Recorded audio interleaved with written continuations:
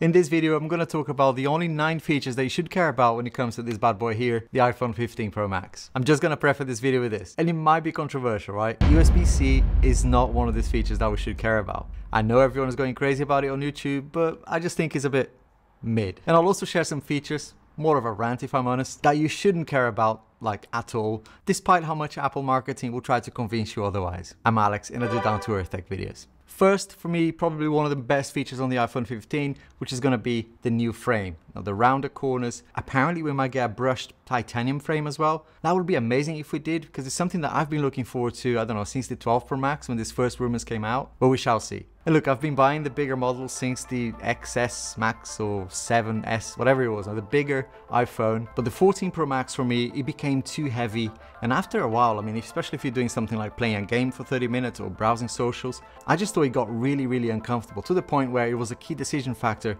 in me getting rid of it. Something else we should care about is the new chips. A16 chip on the non-Pro models, but the A17 chip on the 14 Pro Max. That's a big deal from a performance perspective.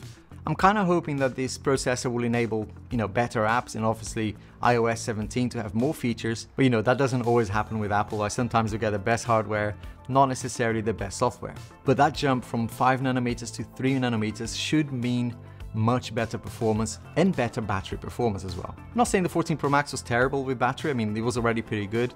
From memory, mine was already lasting pretty much all day anyway. And even if we take away the A17 out of the question, battery life is being improved, right? Because we're getting a bigger size battery, but also due to that chip, in combination with the chip, we expect a better battery performance overall. But it is a little bit of a trend. I've seen this with other devices like the S23 Ultra and the Fold. The battery became much better once they went to Snapdragon 8 Gen 2, I think it is. The fourth one is RAM. Not clear yet, but it looks like we're getting 8 gig on the Pro models.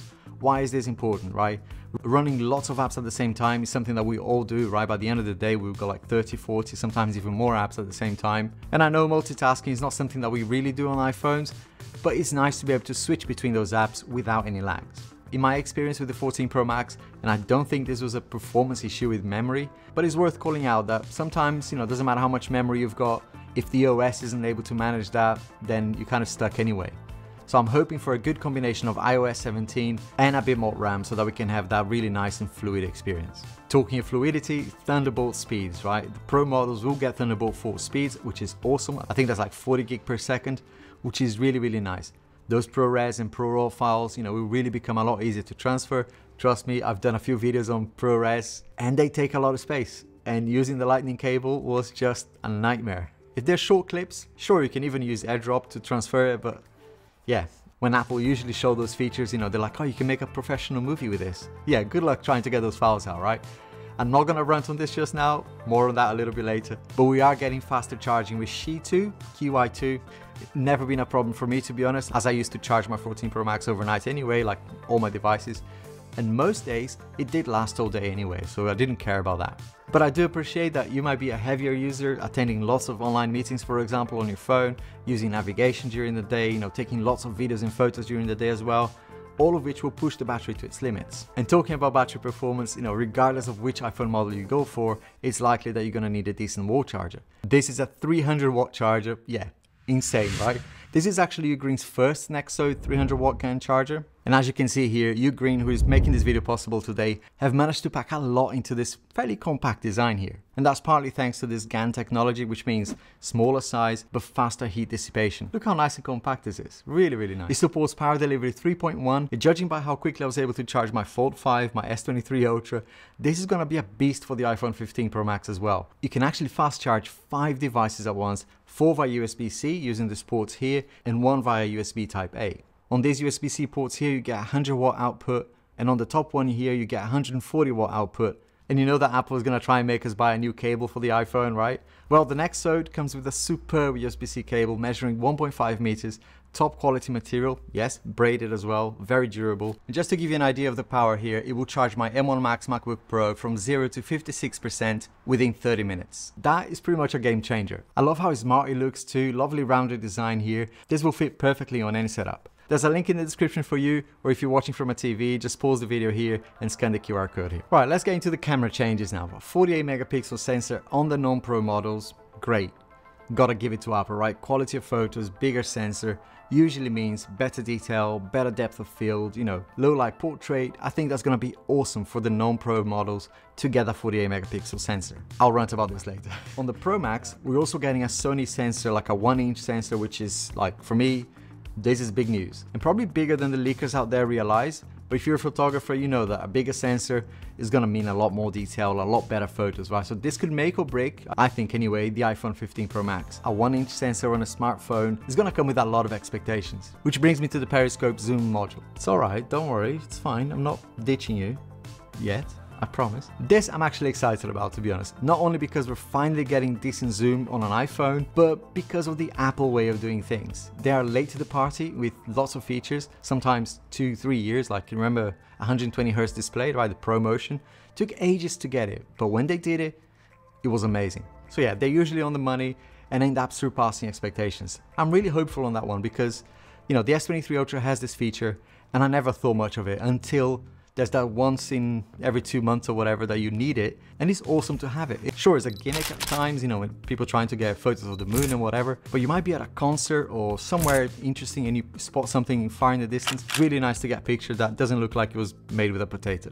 Here's some features that fall into the category of also RAM. USB-C. As I said at the beginning of the video, I don't think it's a big deal. I think it's like, come on, you know, it's 2023, we should have had this years ago. It's Apple's stubbornness and laws and regulations that got us here, and I'm thankful for it, but can we just move on and not keep talking about it? I mean, I don't know how many videos are out there just talking about USB-C. I'm like, guys, it's 2023. Let's not waste people's time. Like, USB-C, awesome. And some people might say to you, oh, but we're getting colors and braided, and is that one?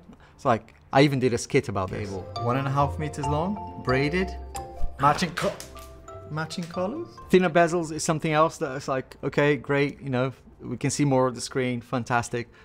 Is it gonna make a massive difference? No. Which brings me to the dynamic island. That makes a big difference to my experience when I'm watching content or playing a game or whatever. I don't want that bloody thing in there. I want that to like not be there at all. And the counter argument is funny as well, right? People, oh yeah, but you know, all these app developers will come up with their funny ways of integrating the... I was like, it's been a year and I haven't seen anything decent, right? Okay, we can get the scores, we can get the weather or whatever, the music, albums. After 5 minutes, you're kind of done with it and you wish it wasn't there. That's just being honest. And the other one is the volume buttons or the action button or whatever. It's like, okay, it's a button, we can do stuff with it. I don't, you know, there's nothing to talk about. Let's just move on. So those were the 9 features that we should care about. By the way, don't forget to subscribe for what's gonna be my 4th buying guide. These videos are always very popular on the channel. And if you know the channel, you know that I'm not gonna hold back on those, right? These videos can be a little bit dicey, but I don't have any ties with Apple, and that sort of video is probably why Apple will never invite me to Cupertino. But that's because I put you first in all my videos. I'd much rather give you a realistic review and proper options to help you navigate all the crap that we see on YouTube, you know, glorifying the iPhone and glorifying Apple. It's gonna be a great iPhone, I'm sure, but those reviewers in Cupertino, and some of my friends, right, they're gonna find it quite hard to criticize Apple. And I don't blame them. I think it's just part of the game, but not here. Talking of which, here are the features that I have to rant about, and I'm sorry if you're an Apple fan. That's just how I feel right now. I've been an Apple customer forever, so it's okay if you disagree with me. Let's have a civilized chat in the comment section. Starting with the chip, we're still getting the older A16 chip, which is 5 nanometers on the standard iPhone 15, and I think the 15 Plus as well. Look, I understand the business side of it, but wouldn't it be great to one day open YouTube and say, oh my gosh, you know, Apple, they've done the unthinkable. They've given us value for money. Wouldn't it be great? I mean, I think that would be amazing.